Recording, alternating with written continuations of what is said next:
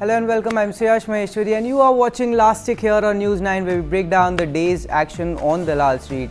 And it was an extremely volatile session for the Indian markets. Remember, today was a weekly F&O expiry for Nifty contract, so that had a part to play. But according to me, if you look closer, the Q4 business updates of various heavyweight companies had, that particularly created that push and pull that we saw in the market throughout the session. For instance, HDFC Bank's business updates indicated healthy volume growth, especially in terms of deposits, which, remember, was a pain point for the large private banks. And this not only led to a rise in HDFC Bank stock, but other banking stocks as well, including the likes of Kotak Mahindra and ICICI Bank. On the other hand, Dabur's business update indicated another quarter of sluggish growth, which pulled other FMCG stocks like ITC, Colgate Palmolive, Britannia, Nestle India lower as well.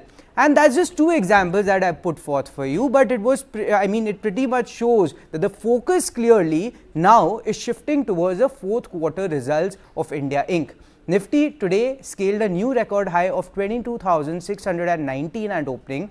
Then it slipped over 300 points by mid-morning. However, from there on, the index was able to stage a 200-point recovery and ultimately managed to settle above the 22,500 mark for the very first time. On the price charts, the index has formed a hammer pattern. Now, typically a hammer pattern appears in a downtrend and it's a strong bullish reversal candlestick pattern. But in this case, it has formed in an uptrend. Hence, it's not a classical pattern, but it may indicate bullish continuation or consolidation going forward. But if you ask me, I don't think the trending up move has resumed just yet. We are still in that congestion zone of 22,500, 530 odd levels. By the way, this is the level from where the index has reversed course multiple times. So unless there is a decisive breakout above these levels, we cannot look for a trending move. Sensex also scaled a fresh peak of 74,500 and managed to end at a record closing high as well, with a 350-point gain.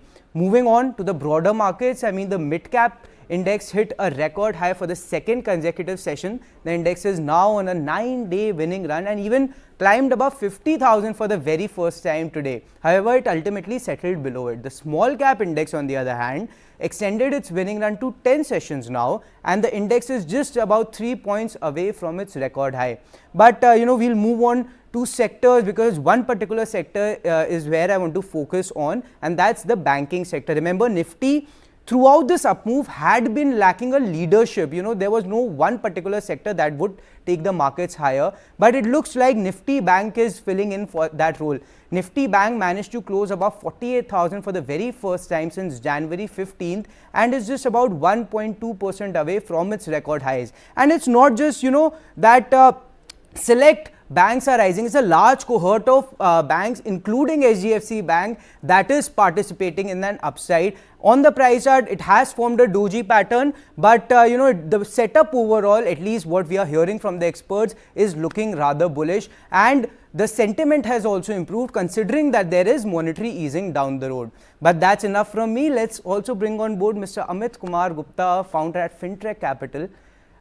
Thank you for joining us here on News 9, Amit. Good to see you after a long break. What are you making of this extremely volatile session? We opened at a record high, went on as high as 22,600, dropped 300 points from there and then made a 200-point recovery. What's going on, sir? Yeah, hi Suresh, thank you for having me. So I think over the past 3 months or so since January, we have seen a little bit of loss of momentum wherever the markets have corrected. Even in March, the large caps corrected about 2%, mid caps about 10-11%, and small caps corrected by about 15-16%. But in March, I think the stock specific fall was quite severe. Some of the stocks were down 30-40%. But the sense we are getting is that as has been the case in the last 1 year, there has always been a backup buying which comes in, whether it is domestic investors or whether it is HNIs, ultra HNIs or family offices. So I think there is a lot more appetite for equities, and even in the last couple of months, FIs flows are positive. even though that a lot of that is driven by block deals and bulk deals which are happening on the exchanges. The mid cap and the small caps are still quite overheated. And I think there will be could be a strong rotation in the next couple of quarters in that space. But the price correction, I don't think it has happened sufficiently to call it a healthier market. All right, and so I feel that the market action overall is getting more and more stock specific, as you also pointed out, especially considering that we are moving into the earnings season. And I wanted to discuss Dabur with you, because Dabur in its Q4 business update said that it expects another quarter of sluggish growth. Dabur's health and personal care segment in India is expected to grow in high single digits according to the company, while the F&B segment is expected to register low single-digit growth. Now, Amit, I mean, Dabur is one FMCG major that operates across multiple segments in the FMCG space, whether it's healthcare, personal care, home care, food products. I mean, can we draw any inferences from this as to what to expect from the FMCG companies at large? I think the quarterly update is pretty much in line with the expectations of the analysts and the market. The demand trends in the staples remains quite sluggish during the last quarter, and the rural growth, which is a little bit there, is mostly price rollback in the staples. That has led to a little bit of a gap between rural and urban centers, but I think with the Rabi crop harvesting being going positive, hopefully the monsoon forecast will be also normal in next 15 days or so. So the consumption can pick up, but I think the volume growth will be still a little bit of a question mark going ahead over the next 3 to 4 months, especially post elections. HUL is already guided for 2% volume growth. I believe Dabur has guided for 4% volume growth.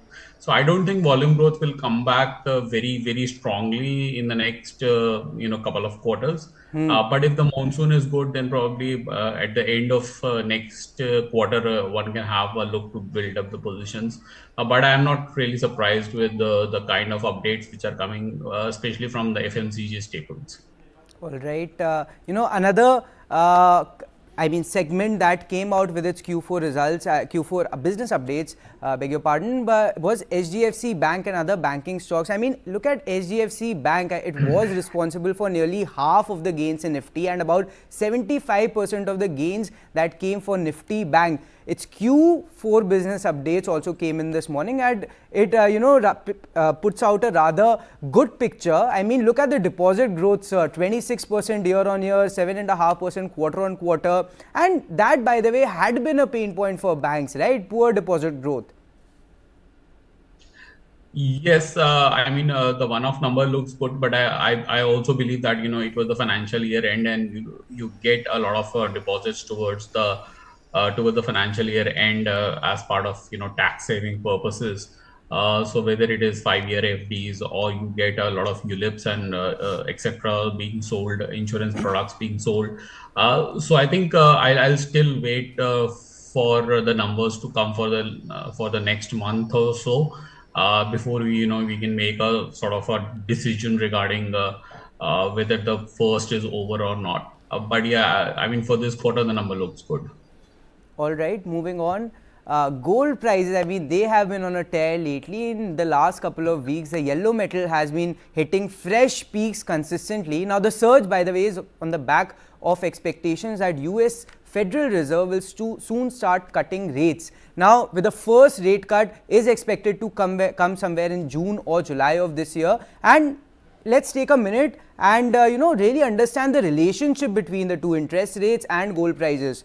Gold typically has an inverse relationship with interest rates. When interest rates are low, the opportunity cost of holding gold, which by the way does not yield interest or dividend, decreases, leading to increased demand and higher prices. Conversely, higher interest rates can reduce the attractiveness of gold as an investment, leading to lower prices. Now, the spike in the yellow metal has also benefited gold loan companies like Muthoot Finance, Manappuram Finance and others. And I mean, this is of course because it lifts the value of the collateral held by them, and unsurprisingly, look at their stocks. Both the stocks are very close to their 52-week high. But Amit sir, coming to you, I mean, is that a theme that one can look at, considering that, you know, monetary easing is still down the road, or do you think the upside has largely been priced in? I think I'm still not in a camp of that rate cuts will happen, as soon as June.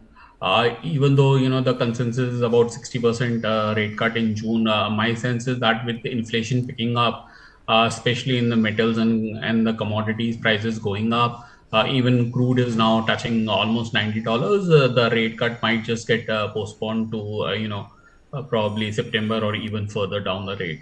So I think the gold prices move has got less to do with rate cuts and more to do with how the central banks are buying. In fact, last weekend I was looking at some data, and there has been not much participation in the US from the retail participants in the gold. So they are not really buying this gold. It's mostly the central banks which are buying the gold. So there could be a FOMO moment. There could be a 10% upside from gold. But I think the risk reward is still negative, because if rate cuts does not happen for 6 months and rate hike comes back on the table because of inflation, then we can also see gold prices declining again. Having said that, obviously the gold prices have moved up about 15% in the recent last 2-3 months. And they have a direct correlation with Muthoot and Manappuram, which are the gold financiers. Both these companies are also getting benefited because of gold loan ban on IFL finance.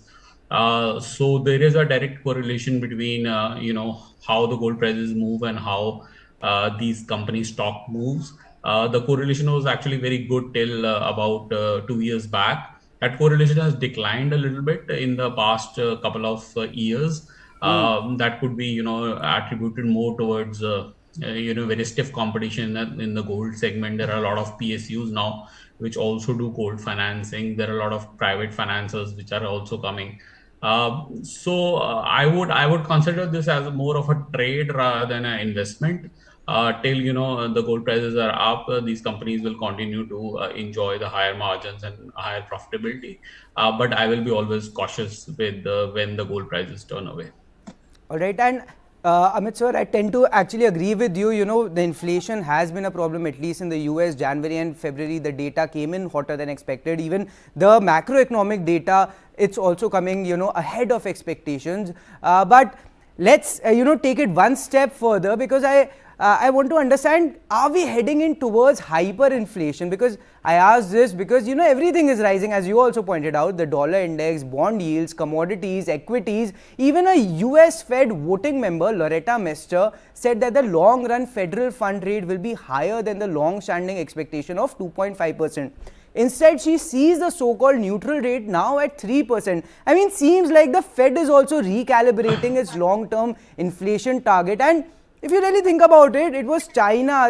China was one country that was exporting deflation to the world for the last 2-3 decades. That seems to have come to a halt because their per capita income has surged significantly in the last few years, sir.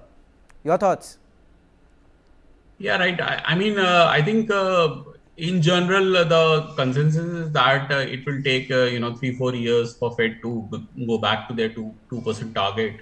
And they would probably not able to actually get to the target, so they'll settle somewhere between 2.5% and 3% inflation. In fact, if you look at the dot plot projections of FOMC in March, that also signifies that the inflation will not come to 2% by 2027 also. So I think that's a sort of a given as of now, given the geopolitical conditions we live in. Having said that, I think hyperinflation is still a little bit, long stretch because a lot of things needs to go wrong for hyperinflation to, come, especially in India or in US. If you look at the history of hyperinflation and in the countries where it has happened, whether it is Zimbabwe, Turkey, or even Pakistan, you'll see that there are economic and social issues that could potentially mobilize a segment of the population. No political parties is really willing to address those issues. There is a lot of political uncertainty, which sort of helps in not taking the right actions to control inflation. There are almost always, there is a political crisis which complicate matters. My sense is, India and US at least are not in that category. So hyperinflation seems a very, very long stretch, but it can happen in certain countries. It is already happening in certain countries where there is no consensus between the monetary policy and the fiscal policy. I think Turkey is a great example of that, where the hyperinflation has taken over, and the coordinated action between the central bank and the government is just not there. But I don't think India should be worried about hyperinflation.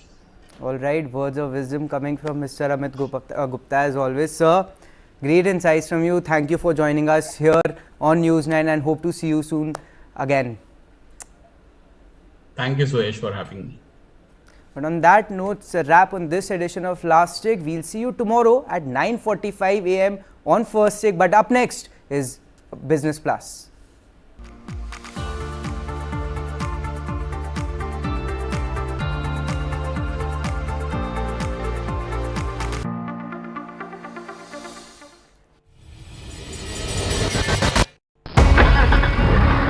India's ever-evolving urban landscape is witnessing a new revolution. And this one comes on four wheels. The affluence has been growing. Cars are becoming more a reflection of what you are.